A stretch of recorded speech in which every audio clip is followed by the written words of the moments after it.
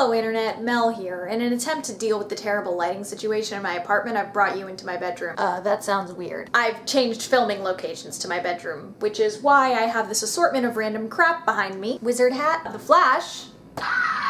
That's supposed to be a whooshing noise, but it just kind of screams when you hit him.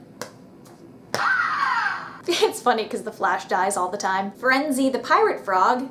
His eye patch is tragically loose. I need to fix that, and I need to sew this on tighter. It's a pretty dilapidated little pirate frog. Minnie Mouse ears. A tiny bottle of scotch that's so cute I don't want to drink it. A lucky cat piggy bank. Piece of the Berlin Wall. Tiny Highland cow, which are better than regular cows because they're extra fluffy. Itty bitty Mickey Mouse ears. A miniature Jello mold. By the way, I didn't put all this stuff here for the sake of this video. This was actually all sitting here, and I thought I should acknowledge it. Well, with that out of the way, Monica, I really liked your video yesterday, but it got me thinking about all the things you might have forgotten about life on the East Coast during your years of exile in LA. Like being able to get around without driving, or people actually wearing shoes other than flip-flops. But probably the biggest difference between life in, say, New York and life in LA is the fact that we've got something called weather. Now, I'm not talking about climate, which involves patterns over a long period of time, which LA obviously has. I'm talking about the day-to-day variation in temperature and humidity and atmospheric conditions known as weather, which Los Angeles most assuredly lacks. And I bring this up because over the course of yesterday, I had 3 separate conversations about the weather. Twice in elevators and once when an HR person came by my office. It always starts off with, hot enough for ya? Or how about this weather you've been having lately? And this made me realize that the worst thing about the weather in places like New York or Boston or DC, all of which I've lived in, isn't the fact that you pretty much always have to carry an umbrella around because you can never trust it not to rain, or the variations in humidity which just wreak havoc on you if you have curly hair, or even being outside soaking with sweat and then walking into an over air-conditioned office where it's gotta be like 60 degrees.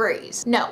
The worst thing about the weather is that it turns us into the kind of assholes that actually talk about the weather. I mean, seriously, who wants to be that person having a conversation with their boss in the elevator in the morning about the weather? Who actually does that? The kind of person who does that isn't even really a person. They're an archetype from the repertoire of a stand-up comedian who's actually not even all that clever or original or funny. Places like New York turn us all into stand-up comedy cliches. I don't want to be that. I do not want to find myself described in the observational comedic stylings of Louis C.K. Anyway, Monica will be posting tomorrow and you'll see me again on Sunday.